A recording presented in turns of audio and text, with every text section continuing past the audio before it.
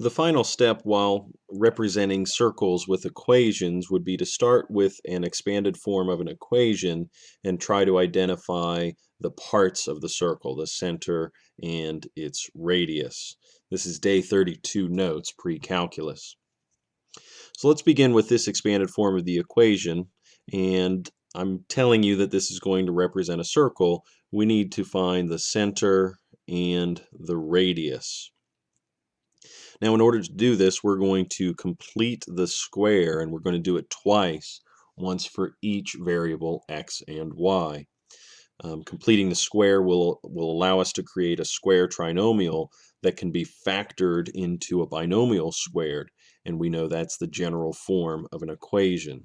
We saw this yesterday, x minus h squared plus y minus k squared must be equal to the radius squared.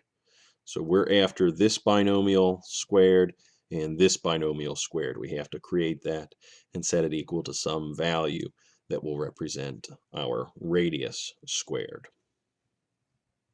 So much like completing the square for solutions to quadratics, we have a series of steps that would help us find the completed square trinomial. Let's go with step 0 and set the equation equal to 0. So x squared plus y squared minus 2x minus 2y equals, minus 2 equals 0.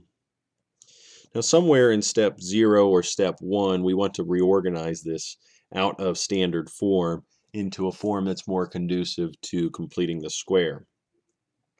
Typically in step 1, we would take the time to set the a value equal to 1. And a, we said, was the coefficient in front of our variable that's squared. So if we had any number other than 1 in front of x or y here, then we would take the time now to try to set that equal to 1. We don't have to do that here. Both of these coefficients are already 1.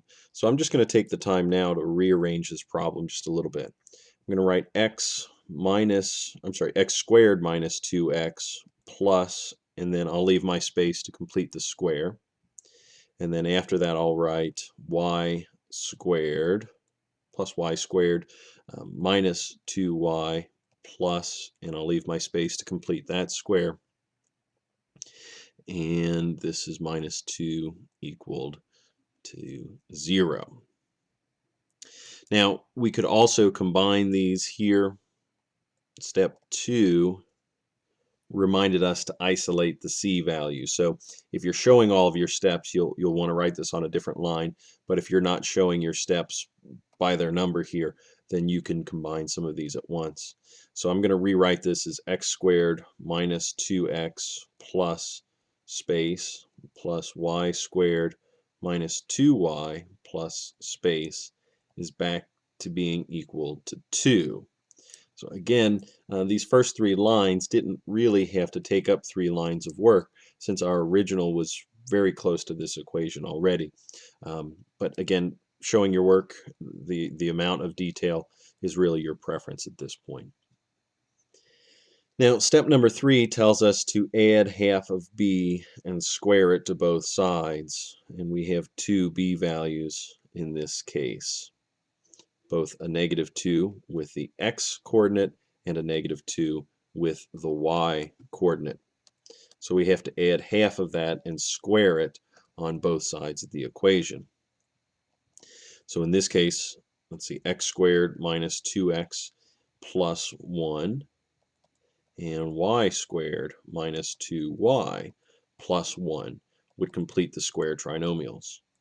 Now, adding 1 in each of these cases on the left side must also be completed on the right side. So that's a total of 2 that gets added to the right side. I'm going to set it now equal to 4. Again, we added 1 and added 1 again. Now in step 4, we can complete the square and solve if necessary, although I don't think there's any solution that needs to be done here. So this trinomial would become x minus 1 squared. This trinomial becomes y minus 1 squared. and we know that that equation is equal to 4. Based on this equation, we can now identify our center. Our center is at the point 1, 1, and our radius has to be 2. That's the square root of 4. So we now know the center and the radius of the circle based on the expanded form expression given to us here in number 66. Let's look at 68. Step 0, if you choose to show it, would be the equation equal to 0, which we already have. Step 1 would be setting both a values to 1, which we already have. Step 2 has us setting the equation back equal to a number. We're moving c to the opposite side of the equation. So here I'm going to rewrite this problem just a little bit. I'm going to call this x squared plus 0x plus a space. We didn't have an x value here in this problem. Then we have y squared plus 6y and some space, and that's going to be equal to -2. So from here we'll move forward to step 3, which is adding half of b and squaring that to both sides. So we have x squared plus 0x plus 0, then y squared plus 6y plus 9 equals 7, since I added 9 to both sides.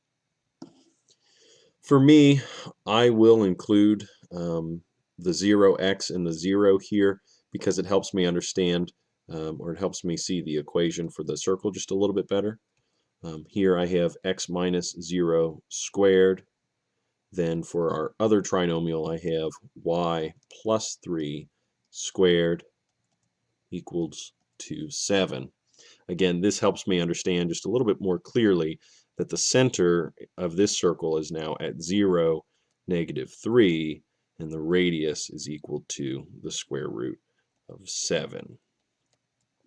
No need to find the decimal equivalent here. I'm happy with a reduced radical. Let's look at number 70. Step 0 was completed. The equation's already equal to 0. Step 1 is also finished since both a values are now equal to 1. Step 2, then we can rearrange. So let's call this x squared plus 2x plus space plus y squared plus 1y plus some space is equal to -1. Step 3 asks us to complete the square by adding half of b squared to both sides. So here we have x squared plus 2x plus 1. So I'm going to add 1 to this side of the equation. Then I have y squared plus y plus 1/4. This is a bit unusual to see a fraction used to complete the square, but that's okay. Half of b was 1/2, and 1/2 squared is 1/4. On the right side of the equation, -1 plus 1 is 0, plus 1/4 is equal to 1/4. Step 4 then has us factor the trinomials. So we have x plus 1 squared plus y plus 1/2 squared, and all of that is equal to 1/4. This equation is now written in simple form for us. We should be able to identify that the center of this circle is placed at -1 and -1/2, and the radius of this circle is the square root of 1/4, which is 1/2. Let's take a look at one more example. This one again has fractions. Step 0 and step 1 are done for us. The equation's already equal to 0. The a values are already set equal to 1.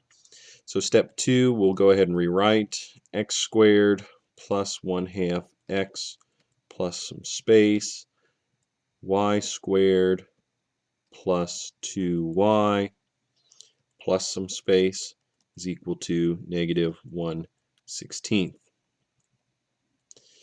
Adding half of b squared to both sides, x squared plus 1/2 x plus 1/16. Again, half of b was 1/4. 1/4 squared is 1/16. So I'm adding 1/16 to both sides of the equation. Y squared plus 2y plus 1. I'll have to add 1 to both sides of the equation.